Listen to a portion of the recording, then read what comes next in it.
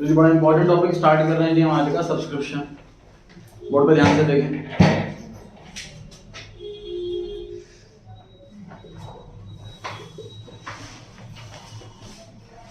जैसे सेल्स होती है नॉर्मल कंपनी के, उसी तरीके सब्सक्रिप्शन होता है एनपीओ में। This is the main source of income. Subscription क्या चीज ध्यान से देखिए। फॉर एग्जांपल कोई एनजीओ चला रहा है, मान लो कोई मेरा फ्रेंड है वो एनजीओ चला रहा है, वो मुझसे कहता है कि यार तुम भी मेंबर बन जाओ, हम इस एनजीओ से बहुत बेनिफिट करते हैं। कुछ भी हो सकता है, सपोज अनाथ आश्रम है, उसमें हम बच्चों की देखभाल करने में खर्चा वगैरह करते हैं, उसको तुम उसके मेंबर बन जाओ। तो अगर मैं मेंबर बन जाता हूँ तो मुझे हर महीने या हर साल कुछ पेमेंट करनी है उनको। इस तरीके से हर मेंबर उसको कुछ पेमेंट करते रहेंगे, उससे उनका खर्चा चलता रहेगा। सब्सक्रिप्शन उसी अमाउंट का नाम है जो हर महीने या हर साल देंगे मेंबर्स उस एनजीओ को, ताकि वो उसके रनिंग एक्सपेंस निकलते रहें।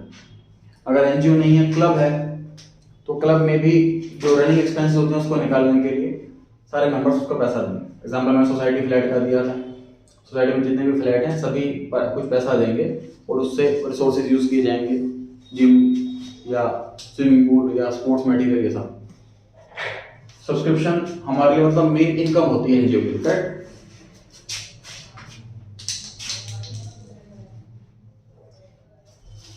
यहां से देखेंगे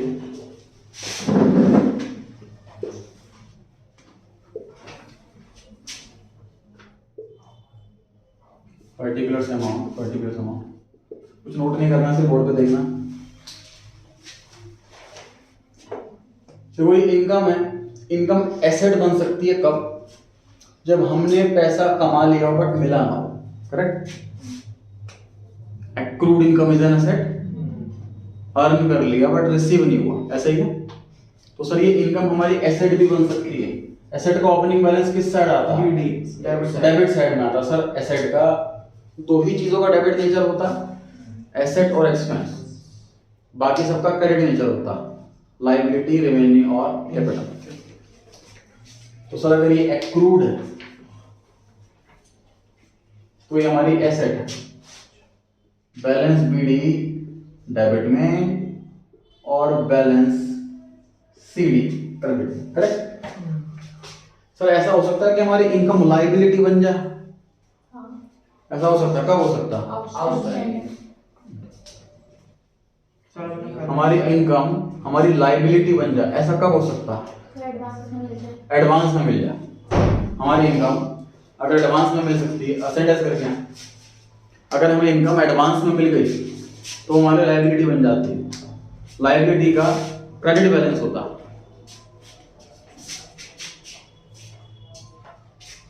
फिर बाहर से ले लें प्लीज।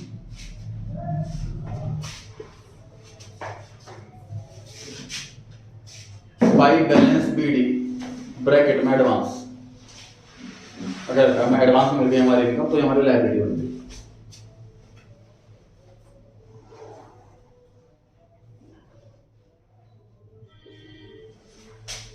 ओपनिंग बैलेंस अगर क्रेडिट में तो क्लोजिंग बैलेंस डेबिट में। समझ पा रहे हैं चार चीजें? सब्सक्रिप्शन हमारी इनकम है। इनकम एसेट भी बन सकती है अगर हमने अर्न कर ली बट रिसीव नहीं हुई, और सब्सक्रिप्शन हमारी लायबिलिटी भी बन सकती है अगर हमने एडवांस में रिसीव कर ली। फिर हो गई जितनी बार मैं एक बार बाहर बोल देंगे, स्टूडेंट्स खड़े हो वो आ जाएंगे। बाहर हैं खड़े हो कुछ स्टूडेंट्स।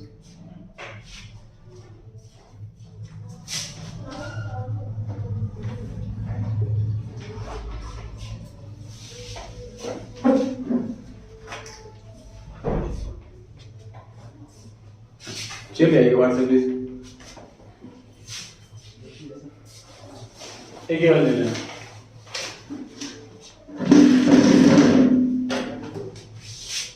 उलट चेयर आगे कर लेना।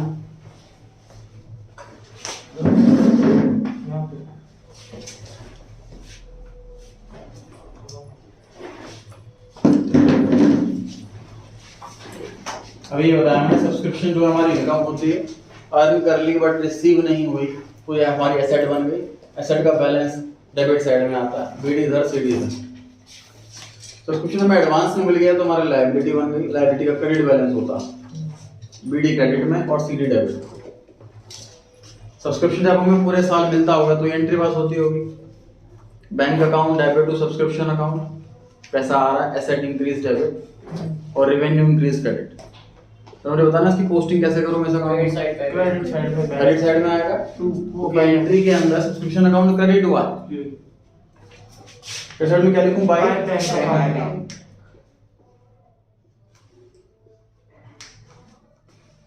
साल के एंड में सारी इनकम जो होती है वो ट्रांसफर कर दी जाती है पीएनएल अकाउंट में। Subscription account debit to PNL account. इस चैप्टर में पीएनएल का नाम बदल कर क्या रखा दिया गया है? Income and expenditure. ये सिर्फ इसी इनकम, देखो बेसिक रूल अभी भी वही चल रहा है जो नॉर्मल बिजनेस में चलता था, जो प्रोप्राइटरशिप में चलता था, जो पार्टनरशिप में चलता था, वही रूल चल रहा है अभी भी एनपीओ में भी, कि जब भी पैसा मिल रहा है तो इनकम क्रेडिट हो रही है और सारी इनकम को ट्रांसफर करते हैं पीएनएल अकाउंट क्रेडिट साइड में। सिर्फ नाम चेंज हुआ है, पीएनएल अकाउंट नाम की जगह इनकम एंड एक्सपेंडिचर नाम दिया गया, सिर्फ नाम बदला। मुझे बताएंगे मैं इस एंट्री की पोस्टिंग किधर करूं? ये debit side subscription account debit हो रहा है, सो इनकम हो गया। एंट्री पढ़ भी सकते हो आप, subscription account debit to income and expenditure account, entry पढ़ भी सकते हो। तो ये आपके सामने सर 6 आइटम दिख रही हैं आपको, कोई से भी 5 दे दी जाए तो क्या आप छठी नहीं निकाल सकते? निकाल सकते हैं। अच्छा, ये कॉन्सेप्ट हुआ। अब आगे देखिए,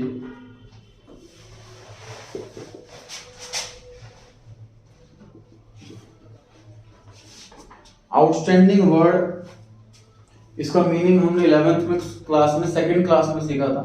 11th क्लास में जो क्लास नंबर 2 हुई थी हमारी, उसमें सिखाया गया था आपको 4 वर्ड साथ साथ सिखाए गए थे, accrued, outstanding, received in advance और प्रीपेड।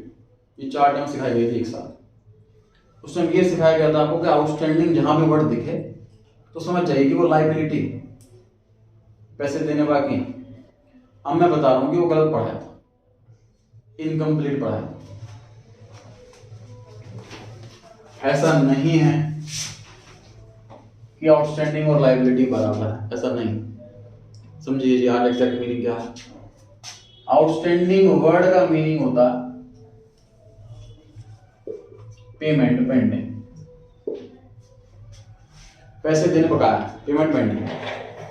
अब पेमेंट देनी पेंडिंग भी हो सकती है और पेमेंट लेनी पेंडिंग भी हो सकती है, समझ पा रहे हो? अगर पेमेंट देनी पेंडिंग है तो ही तो लायबिलिटी हुआ, अगर पेमेंट लेनी पेंडिंग है फिर तो एसेट हुआ। ठीक बात है। अब इस तरीके से पता लगेगा देनी पेंडिंग, कुछ थोड़ा लिखा होगा कि देनी है या लेनी पेंडिंग, उसमें तो लिखा नहीं होगा। इसके लिए क्या पहचान है?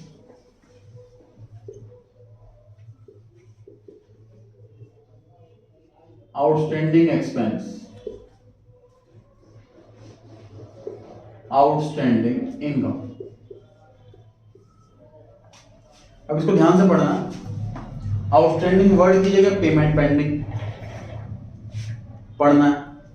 तो पेमेंट पेंडिंग है एक्सपेंस की, तो एक्सपेंस कभी हमें मिलता तो नहीं, हमेशा हम देते ही, तो पेमेंट देनी पेंडिंग है, ये तो लायबिलिटी होगी पहले वाला।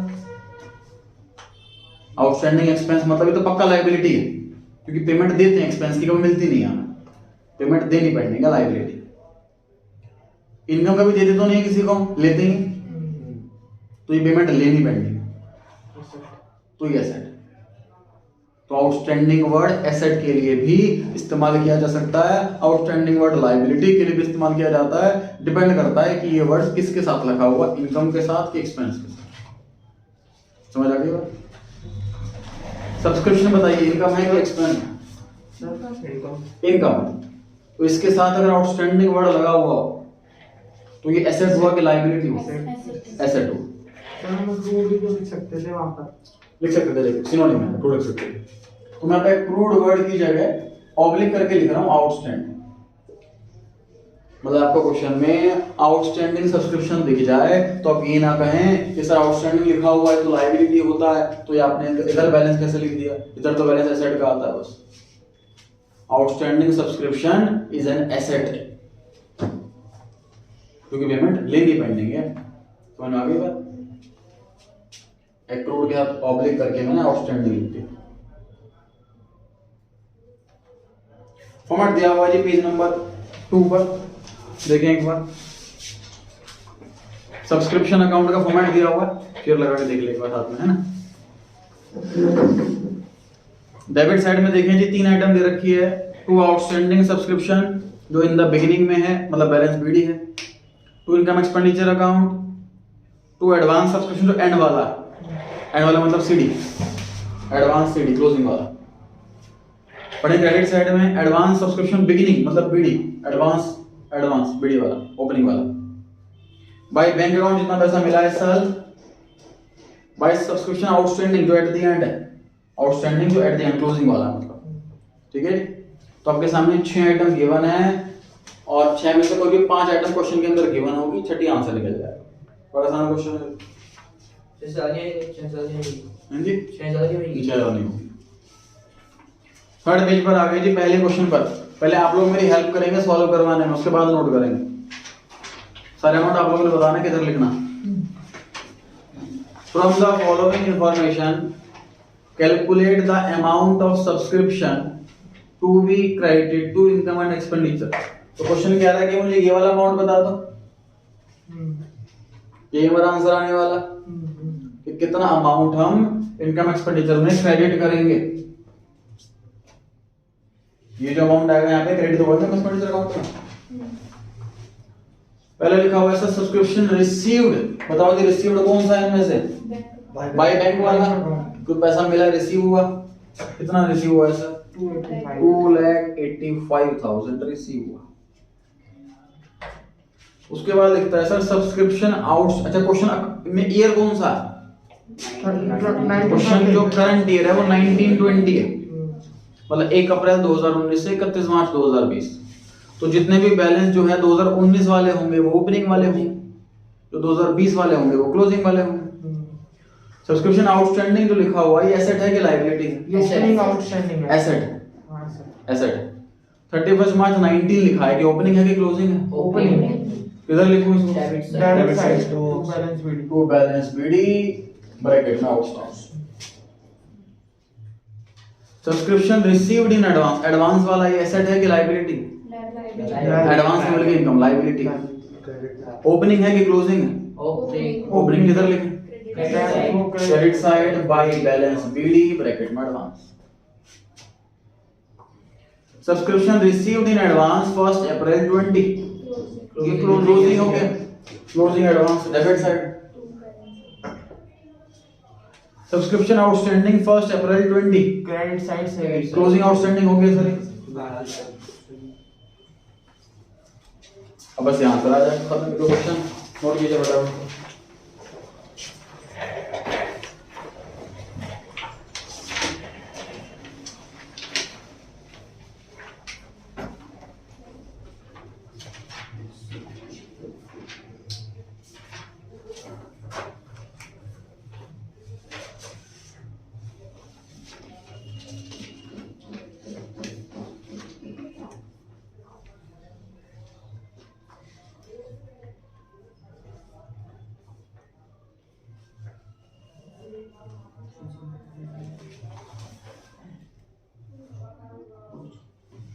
कैसी होती वेटेज होती है? 10 मार्क्स का वेटेज नहीं, नहीं, इस क्वेश्चन की 3 नंबर।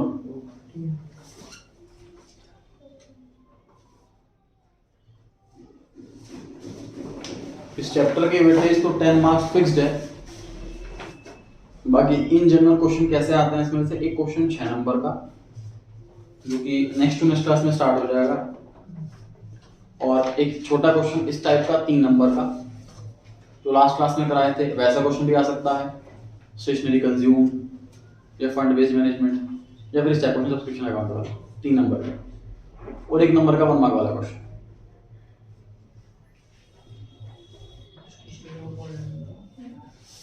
सबसे पहले करेंगे हम टोटल क्रेडिट साइड का। कितना आया? 3,04,000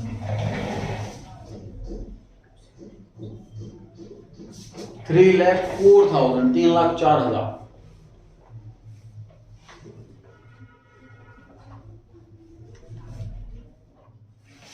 इसमें से ये दोनों माइनस करेंगे तो कितना बचा बताइए? 2,83,000। यहाँ पर आ गई जी 2,83,000। कोई भी अमाउंट जो क्वेश्चन में ना दे रखा हो अपने खुद कैलकुलेट कराओ एज द बैलेंसिंग फिगर। तो ये बात हमेशा ब्रैकेट में मेंशन की जाती है कि ये amount as the balancing figure आया। 283 आ रहा है। 3 दे रखा हूं सर।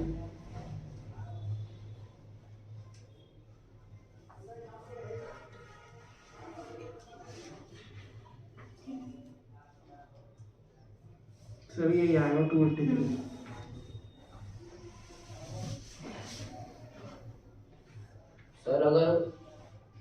सर इसलिए अगर टोटल है तो सर 287 आएगा, अगर टोटल ये है तो। टोटल भी नहीं है। टोटल होगा तो सर फिर टोटल किसने बताया था?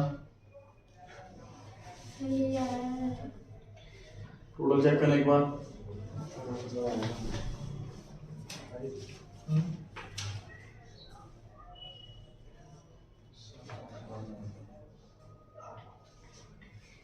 टोटल ये आ रहा है। टोटल तो सही है टोटल सर, तो सही है। 3,04,000 में है। तो 283 आंसर नहीं आ रहा। 27 आया सर।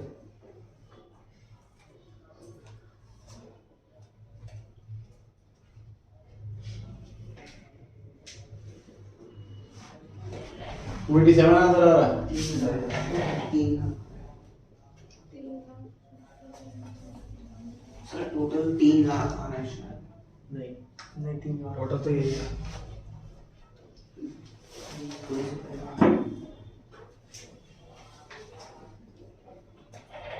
और बताओ जी कितना आंसर आ रहा है? 27।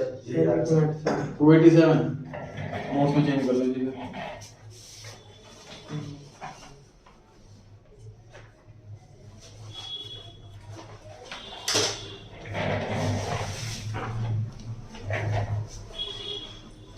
डन जी। अभी क्वेश्चन वन दोबारा करेंगे, ध्यान से देखें बोर्ड पर। देखिए आंसर हमारा ये आया, ये किस तरीके से आया कि सर हमने इस वाले अमाउंट में ये दोनों अमाउंट प्लस करें, फिर टोटल में लिखा उसको, फिर उसमें से ये दोनों अमाउंट माइनस कर दी, तभी तो आंसर आया। तो ये अकाउंट ना बना करके हम यही काम कर लें कि इसको स्टार्टिंग पॉइंट ले लो और ये दोनों प्लस और ये दोनों माइनस, तो भी आंसर सेम आएगा। अकाउंट ना बना करके अगर हम एडलेस के फॉर्मेट में करना चाहें तो भी कर सकते हैं, वो तरीका भी 100% सही है, ऐसा कुछ नहीं है कि शॉर्टकट। अगर क्वेश्चन में ये बोला हुआ है कि सब्सक्रिप्शन अकाउंट बनाओ, फिर तो यही फॉर्मेट से आपको सॉल्व करना पड़ेगा। अगर क्वेश्चन में मेथड नहीं मांगा कि अकाउंट बना के करना है, तो आपकी चॉइस है कि आप अकाउंट बना कर करें या एडलेस करके करें। क्वेश्चन वन के जस्ट ऊपर पिछले पेज पर देखें, ये एडलेस वाला फॉर्मेट दिया हुआ, जहां हमने अभी भी अकाउंट पढ़ा था उसके जस्ट नीचे क्या लिखा हुआ देखें, सब्सक्रिप्शन रिसीव्ड। देखिए स्टार्टिंग पॉइंट होगा सब्सक्रिप्शन रिसीव्ड, उसके बाद दो आइटम ऐड वाली है, दोनों ऐड वाली है, चेक करो ये दो आइटम लिखी हुई हैं। Subscription outstanding at the and, मतलब ये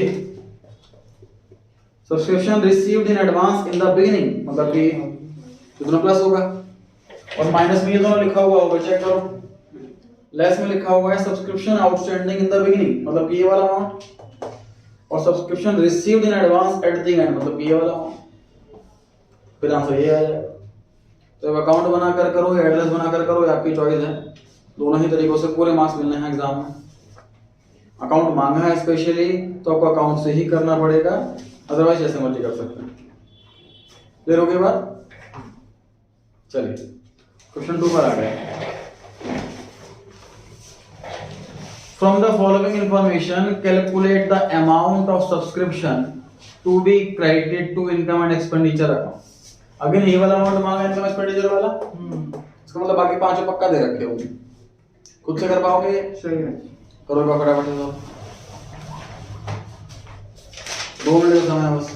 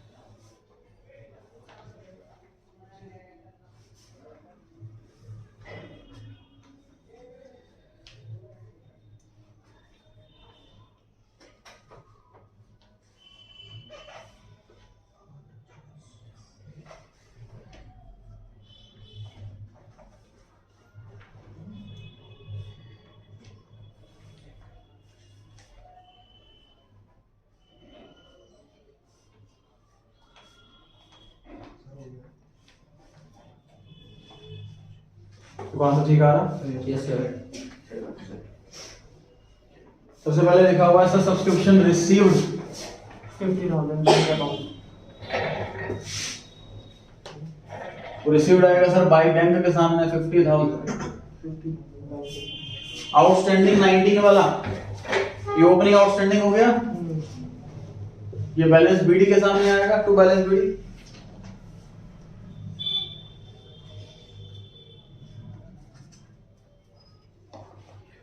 उसके बाद सब्सक्रिप्शन आउटस्टैंडिंग 2020 क्लोजिंग वाला आउटस्टैंडिंग है सर ये भाई बैलेंस सीडी के सामने आएगा आउटस्टैंडिंग।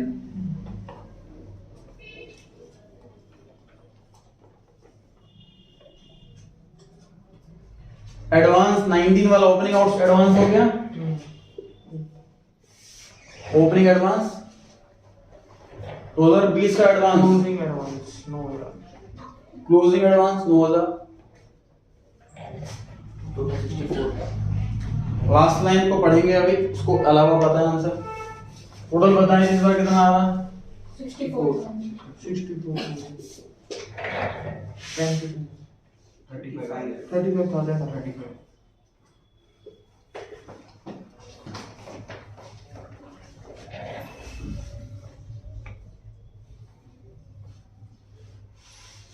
सर इस अकाउंट की लाइफ एक दिन की होती है, तो सर फिर हम डेट क्यों नहीं लिखते हैं? डेट क्योंकि हम समराइज बनाते हैं। तो मतलब इसमें और भी होती है चीजें।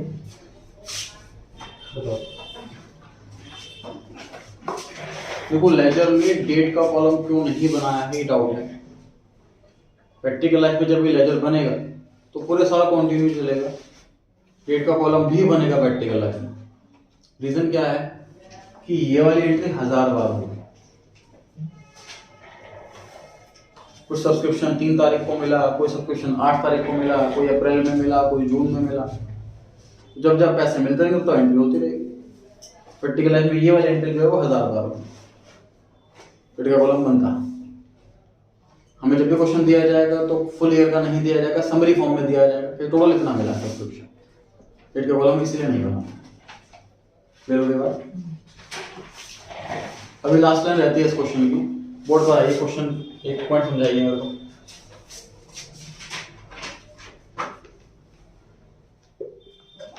टू 2019 में एक बिल्डिंग खरीदी है और उसके बाद 31 मार्च 2020 आ गया, तो ये बिल्डिंग बैलेंस शीट में आएगी? डेफिनेटली आएगी सर। खरीदी हमने इस साल, बेची नहीं है, तो हमारे पास एसेट है, बैलेंस शीट में आएगी। नेक्स्ट ईयर 31 मार्च 2021 आ गया जी। ये बिल्डिंग हमने इस साल नहीं खरीदी, पिछले साल खरीदी थी। क्या ये इस साल की बैलेंस शीट में आएगी? आएगी। Balance sheet is not a periodic concept कि जितनी भी आइटम लेंगे हम वो इसी ईयर की लेंगे। Balance sheet is a point of time concept. As on this date हमारे पास टोटल जितनी भी एसेट्स हैं वो सारे लिखेंगे, जितनी भी लायबिलिटीज और कैपिटल है वो सारे लिखेंगे, इररिस्पेक्टिव ऑफ ईयर। वो खरीदी हो 5 साल पहले या खरीदी हो 50 साल पहले, ये मैटर नहीं करता। समझ पा रहे हैं जी बात? एग्जाम्पल में बिल्डिंग की जगह डेटर का लूंगा, आपने सेम आंसर देना है। कि सर 2019 में मैंने गुड्स बेचे थे किसी कस्टमर को और उसने अभी तक पैसे नहीं दिए, बैलेंस शीट की डेट में वो ऐसा डेटर आएगा? आएगा। हाँ जी आएगा। अगला साल शुरू हो गया, हम उससे पैसे मांगे जा रहे हैं और अभी तक उसने दिए नहीं है पैसे। 2021 की बैलेंस शीट बनेगी तो उसमें वो डेटर आएगा? आएगा। बैड बैड डेट क्यों कह रहे हो? किसने कहा पैसे मर गए? सोच के देखो, आपका बॉस कहता है पैसे अभी तक दिए नहीं उसने, डेटर है, आपको कैसे पैसे मर ही गए होंगे? फिर तो छोड़ो, हम थोड़ा कहेंगे ऐसे। जब तक हमारा प्रोप्राइटर खुद आकर के ना बोले कि आपके पैसे, ये हमारे जो पैसे थे मर गए, उससे पैसे नहीं आने, बैड डेट हो गए, अब लिख ले, तभी तो लिखेंगे हम। समझ आ रही है बात? अब चाहे 5 साल तक रहे डेटर ये, हम क्यों बैलेंस मानेंगे अपनी साइड से? समझ आ गई बात? सर लेकिन ये ईयर तो पिछले साल का था, ठीक है, तो ये पिछले साल का था, तो फिर इस साल में डेटर आ जाएंगे, फिर प्रॉफिट में वो होगा। डेटर प्रॉफिट में कहाँ आते हैं? नहीं मतलब उसमें नहीं होगा सर, डेटर चलते रहेंगे, फिर मतलब उसी ईयर के उसमें ही रहने चाहिए। डेटर दोस्त एसेट ही तो है नॉर्मल, ये ट्रेडिंग पी&एल में आती नहीं है। डेटर की वजह से कोई फर्क पड़ना ही नहीं है, ट्रेडिंग पी&एल में कोई प्रॉफिट में फर्क पड़ना ही नहीं है। जब तक डेटर से पैसे नहीं आएंगे वो हमारा डेटर बना रहेगा बैलेंस शीट में। हमारा बॉस बोलता है इसको हटा तो पैसे नहीं आने, पैसे मर गए, तो हम इसको हटाएंगे बैड डेट्स के नाम से, अदरवाइज से कंटिन्यू करते हैं रहेंगे ईयर बाय ईयर। समझ आ गई बात? सर आपने कहा था कि मैक्सिमम 3 साल तक होता है, करेक्ट। उसके बाद फिर हमें पैसे मांगने का राइट नहीं है। देखो पहली बात तो ये है कि ये लॉ का पार्ट है, अकाउंट्स का पार्ट नहीं है। और दूसरी बात ये है कि अभी तो 2 साल ही हुआ है इसके अंदर, 3 साल नहीं हुआ। तीसरा ये है कि लीगली हम कोर्ट से डिमांड नहीं कर सकते, कोर्ट में करोड़ में से 1000 केस जाते हैं। समझ में आ रही है बात? एग्जाम्पल लेता हूँ, मान लो मैंने आपसे फीस ले ली हूँ, मैं कल से नहीं पढ़ा रहा, तो लीगली आपके पास राइट है कोर्ट में जाओ। कितने बच्चे कोर्ट में जाएंगे सोचो? समझ में आ रही है बात? तो कोर्ट में जाना तो एक बहुत फाइनल बिल्कुल लास्ट रेजोल्यूशन होता है, जो 1000 में से 1% चूज करता है, क्योंकि कोर्ट में जाने के अलग खर्चे होंगे। डेटर तो मुझे 50,000 रुपये लेने हैं मान लीजिए, तो वो नहीं दे रहा पैसे, कोर्ट में खर्चा होगा, वकील की फीस का खर्चा होगा, बाकी डॉक्यूमेंट का खर्चा होगा, टाइम वेस्ट होगा आने जाने का, फोटोकॉपी वगैरह, किराया भाड़ा, स्टेशनरी वगैरह, वो सब अलग लगेगी। तो काफी लोग पैसे मर गए तो मर गए, जाने दो, कोई पैसे मांगते नहीं है। दूसरी बात ये है कि हम डेटर से इसको सामान बेचा है ना, और वो कह रहा है अभी है नहीं मैं दे दूंगा, तो उससे हम डिले करते रहते हैं, या उससे थोड़े पैसे दे दिए बाकी पैसे रह गए, 4 साल 5 साल हो गए, तो हो सकता है ऐसा कंटिन्यू हो जाता रहता है। कोर्ट में नहीं जा सकते हम 3 साल के बाद, ये बिल्कुल सही है, लेकिन इसका मतलब ये नहीं कि 3 साल के बाद हम अपने बुक्स में बैड डेट्स करते हैं बिना प्रोप्राइटर के बोले। समझ में आ गई बात? अच्छा, अब तीसरा एग्जांपल ले रहा हूँ जी, अब मैं टॉपिक पे वापस आऊंगा। सब्सक्रिप्शन लेना है सर, सोसाइटी में मेंबर्स हैं बहुत सारे, सबसे हर साल पैसे लेते हैं। उस मेंबर के पास गए, उसने कहा जी पैसे अभी है नहीं, मैं नेक्स्ट ईयर दे दूंगा, तो आउटस्टैंडिंग हो गया वो। अगले साल हम पैसे लेने के लिए गए, उसने अभी भी नहीं दी, ना उस साल के लिए ना नेक्स्ट ईयर के लिए, तो वो अभी भी आउटस्टैंडिंग रहेगा, अभी भी वो सेट में रहेगा। तो ये पॉइंट लिखा हुआ लास्ट लाइन के अंदर, क्या लिखा हुआ पढ़ें? Subscription of 2000 rupees are still in arrears for the year 2018-19। पिछले साल आउटस्टैंडिंग था कितना?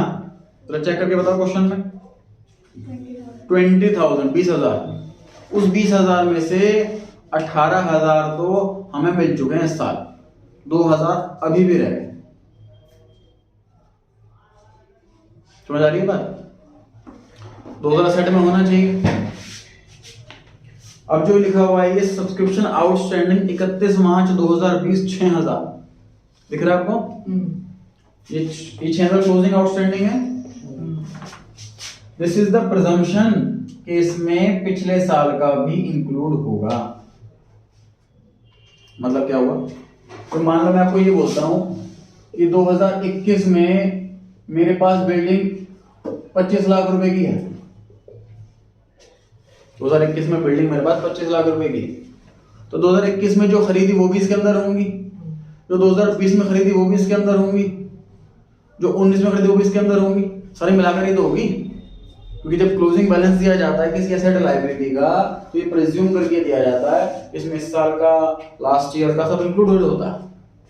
ठीक है, इसलिए हमने इस 2000 की कोई भी एडजस्टमेंट नहीं करी, इसको इग्नोर करा है उसके पीछे रीजन यही है कि जब यहाँ पे लिखा हुआ है ना कि इस साल के एंड में ये बैलेंस है, तो डेफिनेटली इसमें ये वाला भी इंक्लूडेड होगा, क्योंकि बैलेंस शीट की जो भी एसेट लायबिलिटी दे रखी होती है वो हमेशा फाइनल एसेट लायबिलिटी होती है। क्लियर होगी बात? थर्ड क्वेश्चन पर आ जाए।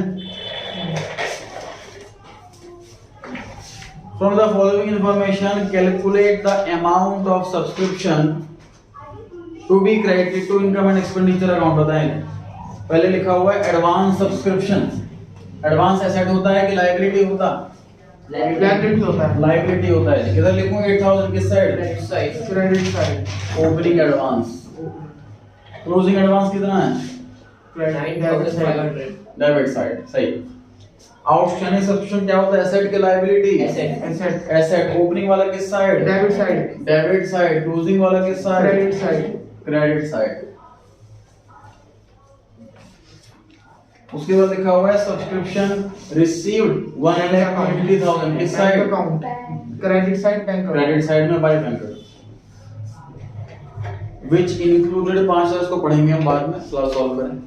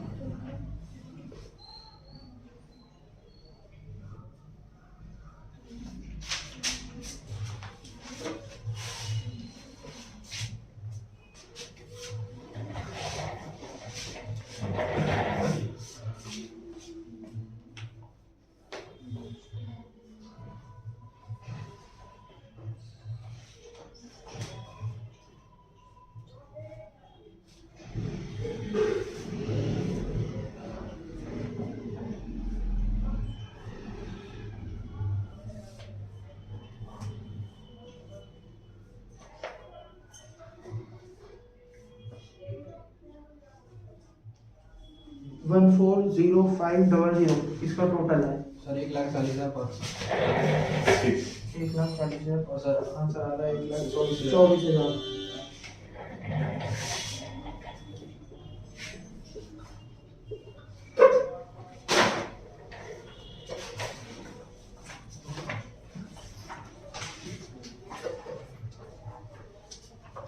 ये 1,20,000 लिखा हुआ है।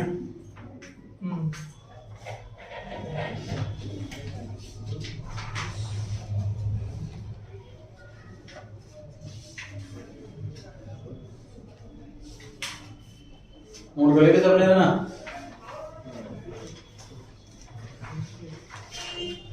आ रहा सबका आंसर इतना? पढ़े आगे? सुनिए ध्यान से। तो हम इसको दो तरीके से सॉल्व करना सीख लिए। तो अकाउंट बना करके दूसरा ये स्टार्टिंग पॉइंट लो, ये दोनों प्लस करो, ये दोनों माइनस करो, आंसर आ जाता। तो थोड़ा कॉन्सेप्चुअली भी समझते हैं इसको। सर हमें सब्सक्रिप्शन इतना मिला है इस साल, तो हमारी इनकम है। इन जनरल जो पैसा मिलता है वो हमारी इनकम होती है। ये 12,500 क्या इंडिकेट कर रहा है? कि अर्न तो कर लिया इस साल, बट इस साल मिला नहीं है कि नहीं? तो ये इसके अंदर इंक्लूड नहीं है। समझो ध्यान से, कोशिश करो समझने की। 1,20,000 रुपए क्या इंडिकेट कर रहा है? कैश बेस के हिसाब से एक्चुअल में इस साल इतना रिसीव हुआ है, इररिस्पेक्टिव ऑफ ईयर इतना रिसीव हुआ है। ये अमाउंट क्या इंडिकेट कर रहा है? कि रिसीव नहीं हुआ इस साल, बट कमाई इस साल की। तो एज पर एक्रूअल बेसिस को जोड़ देना चाहिए, इसलिए हम इसको ऐड कर देते हैं। 8,000 रुपए क्या इंडिकेट कर रहा? ये अर्निंग इस साल की है, बट लास्ट ईयर एडवांस में रिसीव हो गया था। ओपनिंग एडवांस से कहेंगे लास्ट ईयर के लिए एडवांस था ये, मतलब इस साल की तो इनकम हुई। और मैं किसी एक्सपेंस को प्रीपेड बोल रहा हूं, तो इस साल ही तो प्रीपेड है, नेक्स्ट ईयर का तो एक्सपेंस हो जाएगा वो। तो ओपनिंग साल का ओपनिंग का एडवांस है, लास्ट ईयर ही मिल गया था, बट वो इनकम इस साल की है। इसके अंदर इंक्लूड होगा कि नहीं होगा?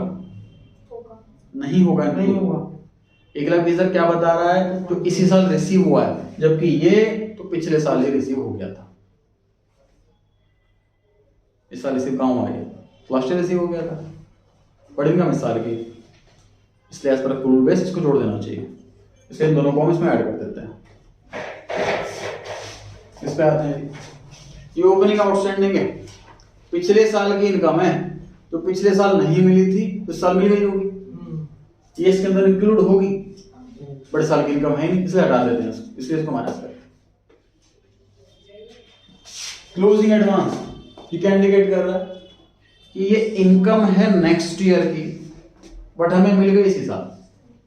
क्वेश्चन में 3 इयर्स की बात चल रही है, previous year, current year, next year. ये इनकम है तो नेक्स्ट ईयर की, आने वाले साल की इनकम है, बट मिल गई इस साल।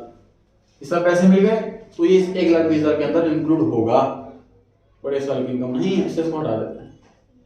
तो कॉन्सेप्चुअल भी देख सकते हो जी आप, ये दोनों प्लस क्यों करते हैं, ये दोनों माइनस क्यों करते हैं, और अकाउंट के हिसाब से देख सकते हो एज अ बैलेंसिंग फिगर, और हमने फॉर्मूला भी याद कर लिया। ये 3 प्लस और ये 2 माइनस। हाँ जी सर, अगर 3 साल की बात ही होगी ना हर क्वेश्चन में। इस क्वेश्चन में जो लास्ट टाइम में लिखा हुआ था कि 1,20,000 में 5,000 जुड़े हुए हैं जो कि पिछले साल का था, तो वो तो हमें पता ही होता है सर कि जो इस साल रिसीव होता है उसमें हर बार पास्ट ईयर का जुड़ा होता है, वो जो ओपनिंग एडवांस है उस साल तो मिलेगा, ठीक है, इसलिए हमने इस लाइन का कुछ भी यूज नहीं करा, जुड़ा होता है ये तौर पर। 4th क्वेश्चन पे आ जाते हैं जो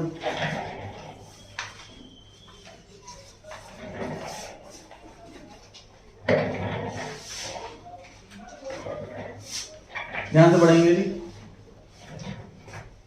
from the following information calculate the amount of subscription outstanding for the year 1920। इस बार क्या मांगा है बताइए फटाफट से। बैंक अकाउंट निकालना है। क्लोजिंग आउटस्टैंडिंग मांगा, 2019-20 का आउटस्टैंडिंग, ठीक है, क्लोजिंग आउटस्टैंडिंग मांगा है। लिखा है अ क्लब हैज 250 मेंबर और हर एक को 1,000 रुपए देने होते हैं, तो ये इनकम निकल जाएगी ना इस पर अक्रूवल बेसिस। हाँ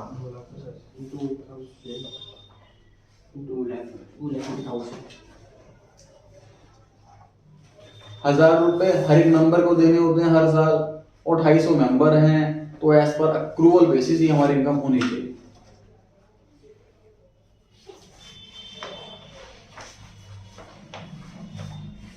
आगे लिखता है the receipt and payment account showed a sum of 2,65,000 received as subscription. Bank 265 हमें पैसा मिला है, बिल्कुल सही बताया, बाय बैंक इतना पैसा एक्चुअल में मिला।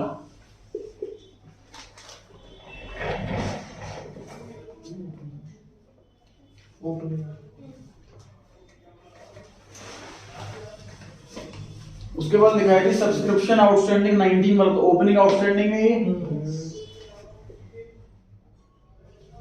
Opening outstanding.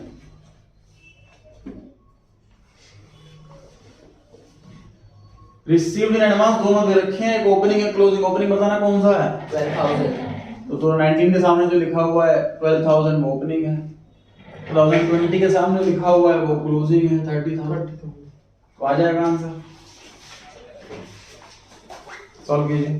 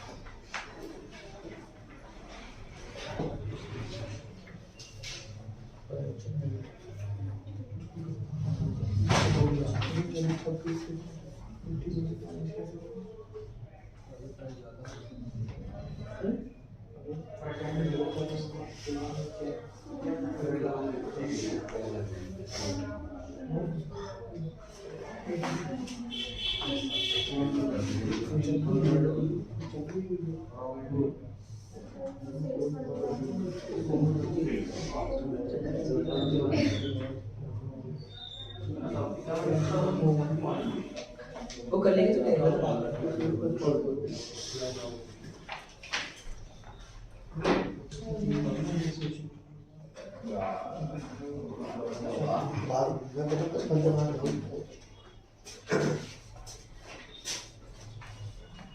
कितना आ रहा आंसर? सर 3,20,000 टोटल आ रहा है, 43,000 रुपये आंसर आ रहा है। 42।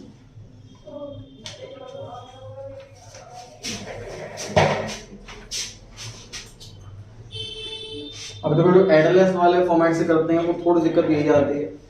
कभी कुछ मान लीजिए आप इस वाले क्वेश्चन में अगर आप एडलेस वाले फॉर्मेट से करोगे तो स्टार्टिंग पॉइंट ये लोगे, इन दोनों को प्लस करोगे और इन दोनों को माइनस करोगे तो ये आंसर आएगा। तो एडलेस में काफी कुछ याद करना पड़ेगा। अकाउंट में ये अच्छी बात है कि 6 की 6 की आपको जगह पता है, जो 5 आइटम के रखी हो बोले तो छठी आंसर आ जाएगी। क्वेश्चन नंबर 5 जो बनाइए फॉर्मेट फिर से।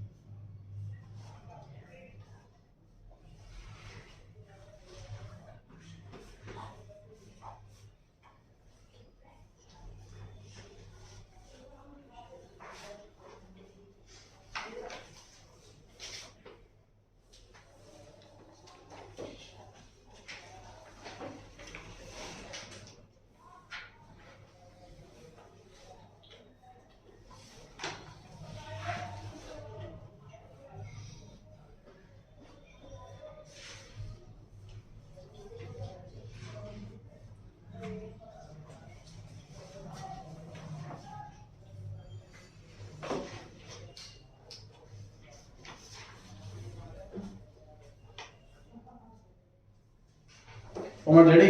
क्वेश्चन 5 में लिखा है from the following information relating to the club calculate amount of subscription received. इस बार क्या मांग लिया क्वेश्चन के अंदर? बैंक अकाउंट मांगा। बैंक वाला अमाउंट मांगा है इस बार। तो यहाँ पे लिखेंगे बैलेंसिंग फिगर, ये आंसर आने वाला है हमारा। लिखा हुआ है इनकम फ्रॉम सब्सक्रिप्शन, किधर लिखें इसको? ये वो इनकम एंड एक्सपेंस है। इनकम एंड एक्सपेंडिचर अकाउंट के सामने डेबिट साइड। आगे subscription received in advance. Advance वाले सर दो है हमारे फॉर्मेट में, कौन से वाला है? ओपनिंग की क्लोजिंग कैसे पता लगेगा? ये क्लोजिंग है। क्लोजिंग 2020 लिखा हुआ है तो क्लोजिंग वाला होगा, 19 वाला ओपनिंग, 20 वाला क्लोजिंग। सर आउटस्टैंडिंग लिखा हुआ है 27,000, कैसे पता लगेगा ओपनिंग क्लोजिंग? ओपनिंग है। 2019 लिखा हुआ है तो ये ओपनिंग आउटस्टैंडिंग है। 1,57,000 ये कहाँ लिखा? ये टोटल आ रहा है। अभी रुको, पहले पूरे तो कर लेंगे। आउटस्टैंडिंग क्लोजिंग दिया हुआ है 22,000। एडवांस 2019 का मतलब ओपनिंग एडवांस दिया हुआ 8,000। ये कोई क्वेश्चन है? 1,27,000। आप पहले बताओ कि टोटल बता रहे हो क्या? 1,97,000। बैलेंसिंग फिगर ये 1,57,000 है। 1,57,000 और उसका 1,27,000। ठीक।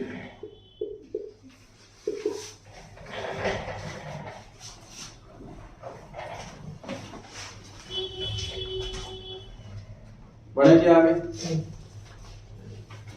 फिर से बनाइए फॉर्मेट।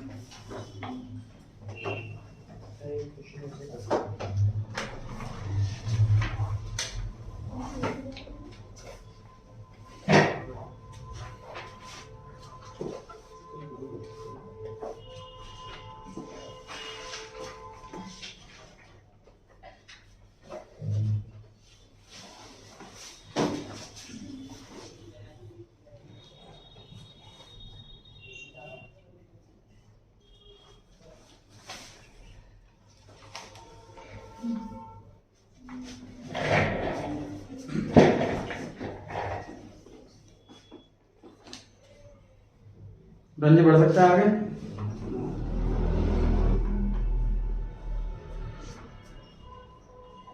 सीरीज 2 मिनट का समय देता हूँ आप लोगों को, खुद से ट्राई कीजिए एक बार।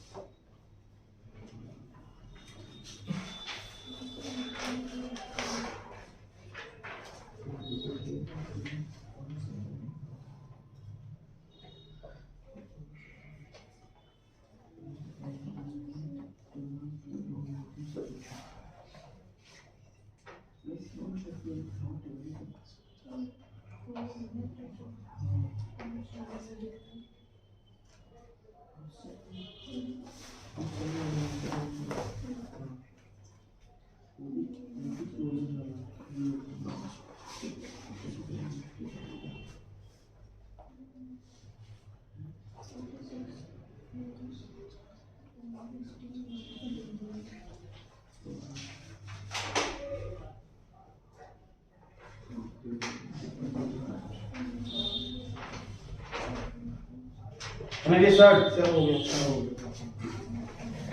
Advocate Club has 1250 members, each paying an annual subscription of 150। इससे सर हमारा इनकम निकल जाएगी as per accrual basis.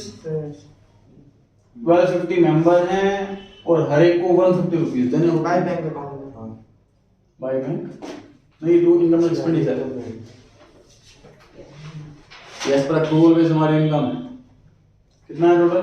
1,87,500। During the year, club did not during the year 2019, मतलब ओपनिंग की बात कर रहे हैं। The club did not receive subscription from 45 members। Opening outstanding कितना है? सर 45 मेंबर्स नालायक हैं जिन्होंने पैसे नहीं दिए, और हर एक को कितने पैसे देने थे? 150।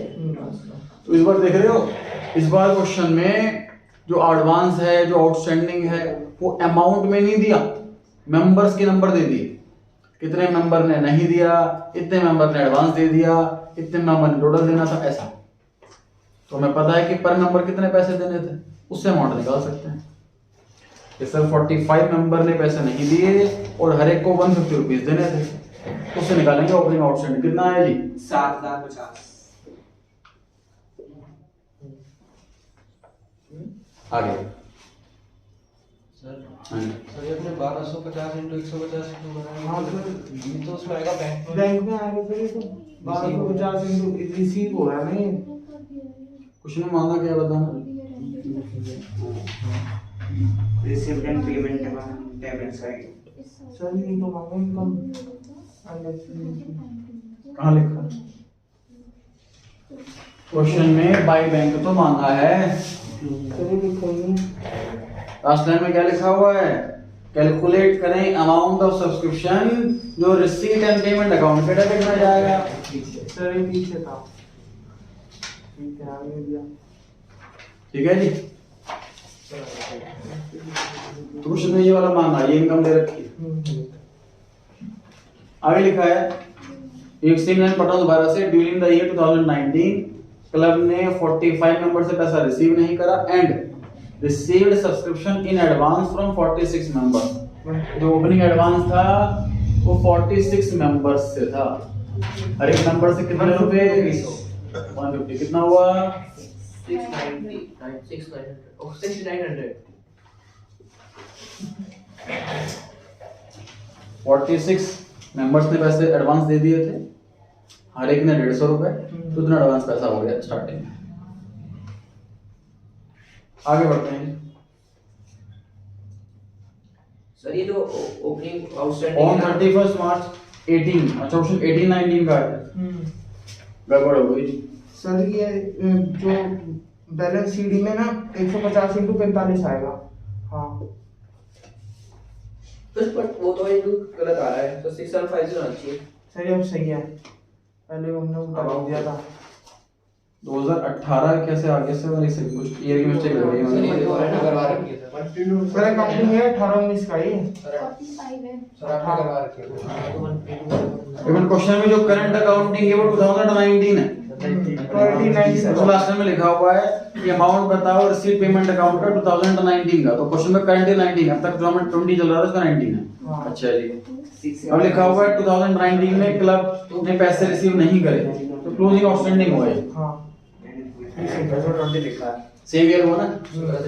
वो मिस्टेक नहीं नहीं, वो आगे अमाउंट सर, आगे लिखा हुआ है received in advance from 46 member for 2020, ये इधर आएगा। अगर क्वेश्चन में करंट ईयर 2019 है और 2020 का एडवांस मिल गया, तो क्लोजिंग एडवांस हो गया ना। सर वो वाला सर ये 6750 है। हाँ अच्छा, मैं अमाउंट में लिखा हुआ 45 into 150 यस सर। किस नालायक ने बताया था? कौन थे?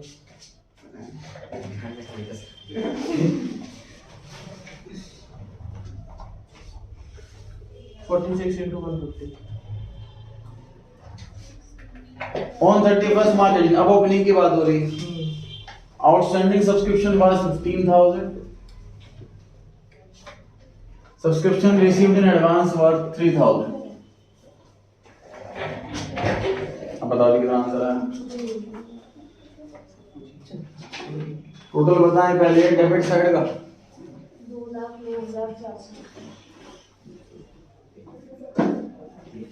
2,09,400। 209400। सभी सहमत हैं? इसमें से ये दो अमाउंट माइनस कर दीजिए, आंसर आ जाएगा। कितना है? 199650।